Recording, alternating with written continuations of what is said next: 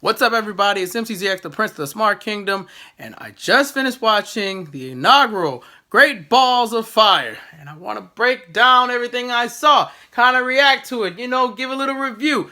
Reactive review. Sound familiar? Sound familiar? It should sound familiar. I've done a couple of these so far, but let's get right down to it with the kickoff match. Neville versus Tozawa. I was expecting more from that match. I feel like I got shortchanged a bit. I've seen a lot of Akira Tozawa's matches in Dragon Gate, and I've never seen him lose in that way, that type of fashion. I've never seen him lose like that before, and it was very strange to see Neville win with a thrust, like a spinning thrust kick to the gut, and it was just weird. It was a weird little match. I hope they get a rematch and a proper ending because it seemed botched. Like maybe Tozawa hung up there too long, or they just ran out of time and they had to cut it short. But I think that was an okay match. I think the next match that followed it was Wyatt versus Rollins, which I was completely wrong about. I thought that Rollins was going to win completely because they were promoting him as the cover star of the game. This feud seemed like it was a throwaway feud. I did not see Bray Wyatt win this match at all. Also, did you notice that JoJo couldn't even look at Bray Wyatt when he got in the ring? If you go back and look at it, she's like looking to the side like, can you, like a bad ex or something. She know what she did is wrong. She ain't right. You know you ain't right. You ain't supposed to be cheating with no married man. He married. And you was cheating with him long time ago. You wrong for that.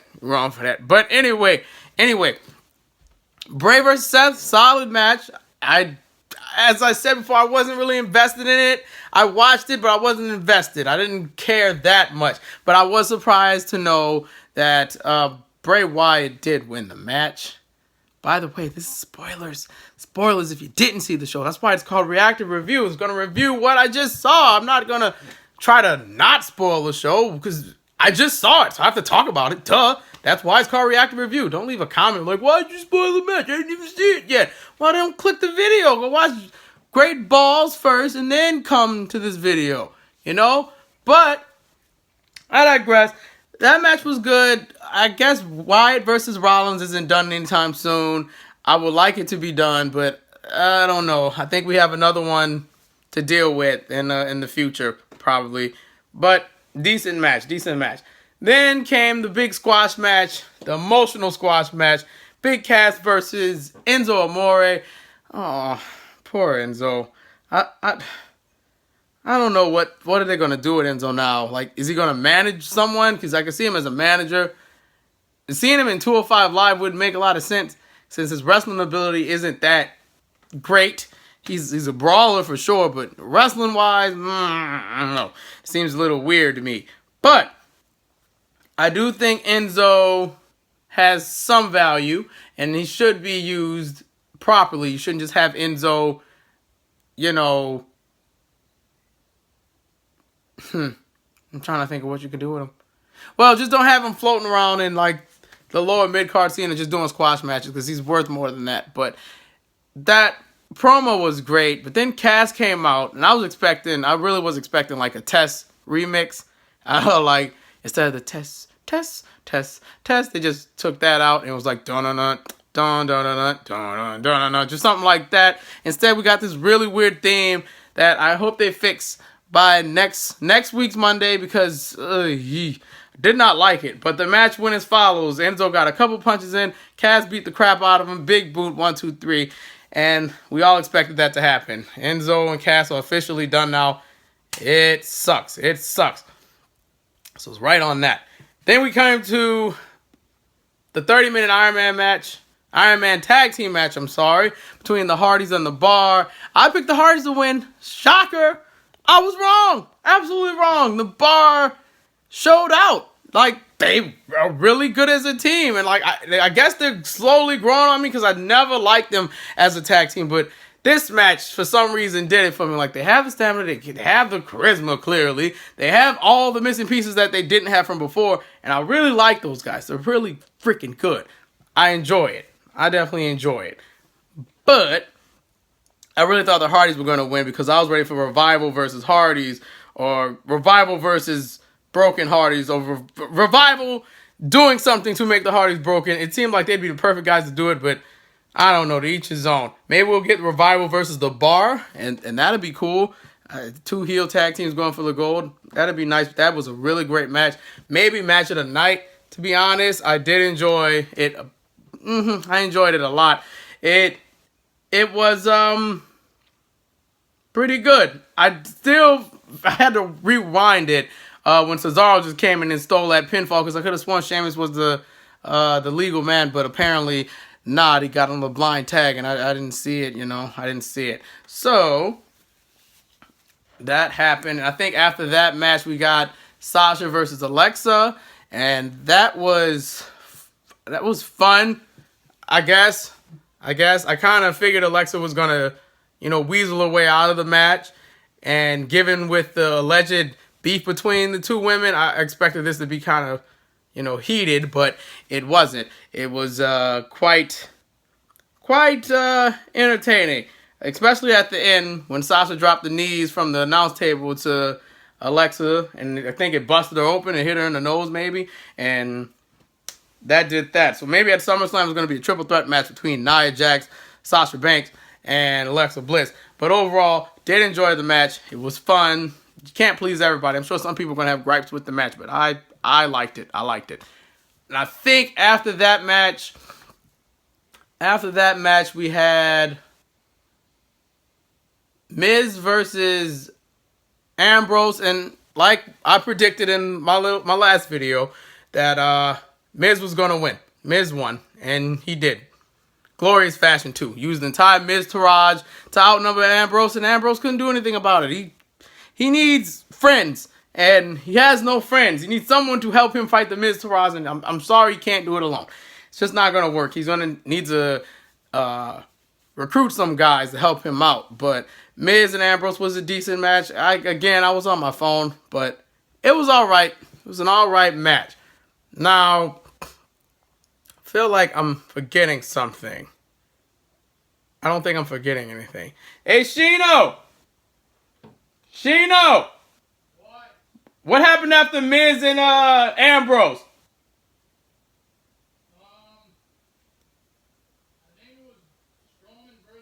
Oh, there you go. I knew I wasn't tripping. Then Strowman versus Reigns happened next. That was a little guest appearance by Shino. You just heard his voice. But Strowman versus Reigns is interesting, because to me, it felt like a double turn happened tonight. The person you're supposed to cheer, Roman Reigns, the babyface in this whole storyline, versus the monster, Braun Strowman. Now, Strowman outsmarted Roman Reigns by moving out of the way of a spear, and Roman just speared himself into an ambulance and lost the match, which was great, by the way, because a lot of big guys don't do that. A lot of them just dumb and, oh, no, I guess I'll just stand in the way of the spear. No. Strowman said, I'll move out the way. And Strowman moved out the way. Roman loses. So what happens after that is Roman comes out the ambulance. He spears Strowman, right? And he puts Strowman in the ambulance.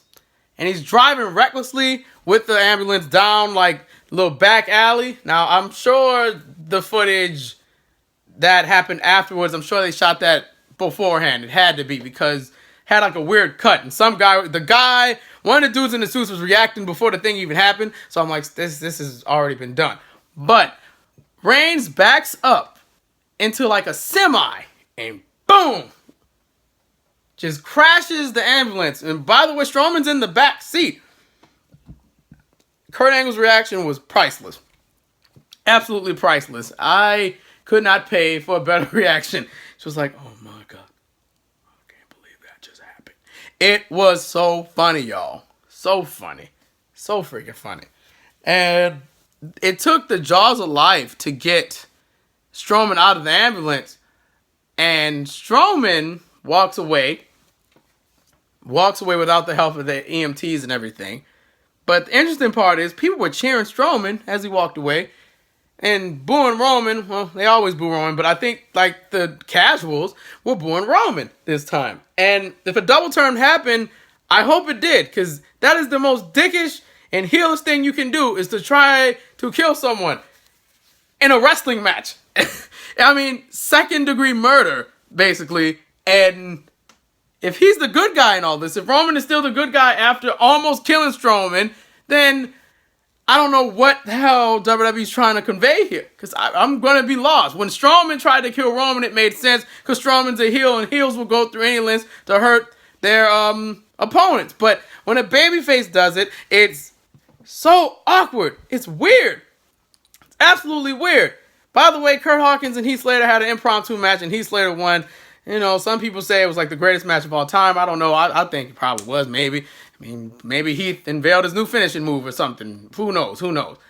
But it was going to be very interesting to see what happens Monday between Strowman and Roman, because I really think Roman may have went full-on heel, because I don't see how you can defend trying to kill a guy as a good deed. Oh, it was the right thing to do. You were right trying to kill him. It was justice, and you should have did it. You should have did it. I cannot even see how. Like, dude, that was rude. That was messed up. You could have really hurt him. I don't know. I guess we'll find out on Monday. It's a great hard-hitting match. It was brutal, but that ending, man. That ending. Definitely worth the time. Definitely worth it. And it's got my interest. I'm very intrigued to see what happens Monday. And to close the show, we had Brock Lesnar versus Samoa Joe, which my only complaint was it felt a bit short. I felt like they didn't get enough time. And if they did, they would have put on a better show. But Lesnar won, of course. But Joe was very convincing. He really had Lesnar on the ropes. He really had him there. And I think a rematch is definitely needed. We cannot make this a one-off, as I've said 1,000 times. This cannot be a one-off. It cannot be a one-off. We don't need that to just be one and done. Move it on. Let me fight Bray Wyatt next and, slam him on the ground, suplex him like 10 times. But, Joe versus Lesnar was super hard-hitting. It was everything you expected it to be. It was just chaos. It was madness. And I need it to happen again. It needs to be longer. That's the only problem. It needs to be longer, and more stuff needs to happen. Joe got enough offense in, and so did Lesnar. It was an equal match. It was well balanced, but I needed more time. And since we didn't get enough time, I liked the match, but I just needed more time. It wasn't bad or anything, but that's my only gripe. Great dream match, I must say, but needs to happen again. And that was Great Balls of Fire. Pretty much. I'm going to give Great Balls of Fire... let's give Great Balls of Fire it's not a C. I'll give it a B. A solid B. It was a good show. Good inaugural show. I don't want it to come back. I would like it to be renamed, because Great Balls of Fire is a stupid name. I don't care if Vince finds it funny. It's very stupid. But it's a B+ show. B+, B-, it's in that range. Some may like it, and some may not like it. But I thought it was okay. But that was it, man. This has been Reactive Review. I'm MCZX the Prince of the Smart Kingdom. You can follow the Smart Kingdom on Facebook by looking in the description below. You can follow us on Twitter at the Smart Kingdom. And that's about it, guys. I don't know what else to really tell you. But tune in next week for another episode of Brand Warfare, and maybe some more goodies if I can record them in time to get them out there to you. All right, everyone. Cheers. Be safe. Have fun. Bye-bye now.